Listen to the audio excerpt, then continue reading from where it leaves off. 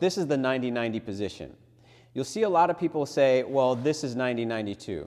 But this is something also known as shin box. You don't have a 90-degree angle here, you don't have a 90-degree angle here, and there's not a 90-degree angle here. You may have somewhat of a 90-degree angle here, but we're looking to open the hips a little bit more, and we're being very specific. Shin box has its value, and it's an important setup that I like to utilize as well, but 90-90 is a specific position that I like to get specific inputs out of. So with 90-90, we're looking for a 90-degree angle here. We're looking for also a 90-degree angle here. And so in this position, it provides us with a variety of ways in which we can stretch the hips and also train the hips. Let's start with the front side. So in the front hip, what we can look at is hip adduction as well as hip external rotation.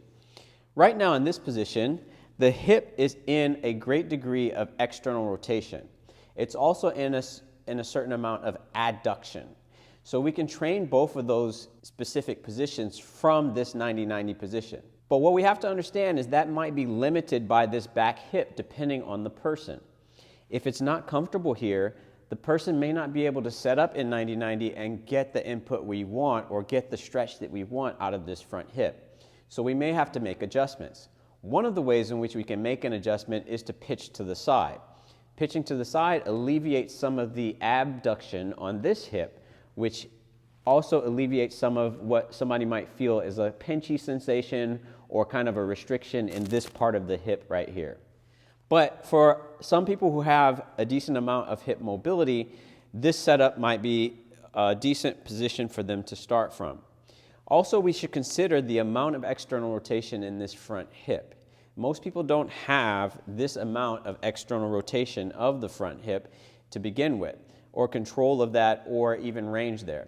So you're already at a fairly large amount of stretch in external rotation. Now, in this position, what we're looking for is posterior capsule stretch.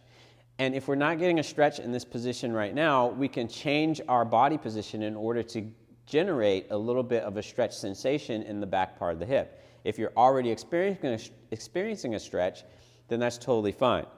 But one of the ways in which we can figure out how to get the stretch that we're looking for is to play around with the pelvic position. We can imagine we have a belt buckle on the front of our pants, and we point that belt buckle towards the floor, bringing the tailbone up in the back. So imagining taking that tailbone, arching the low back, creating length on the back of the tissue of this hip. So you might find a stretch there.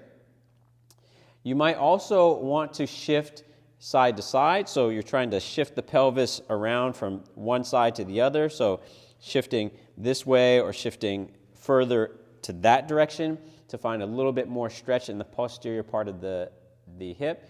We can also imagine bringing our belt buckle forward or bringing our belly button forward over the hip a little bit or over the knee a little bit further. So we don't want to just collapse in the spine here because that's a spine movement. We want to imagine lengthening and bringing the belt buckle forward, changing the angle here between the hip and the abdomen, right? So if we round through the spine, then that's spinal flexion. We're not looking for spinal flexion.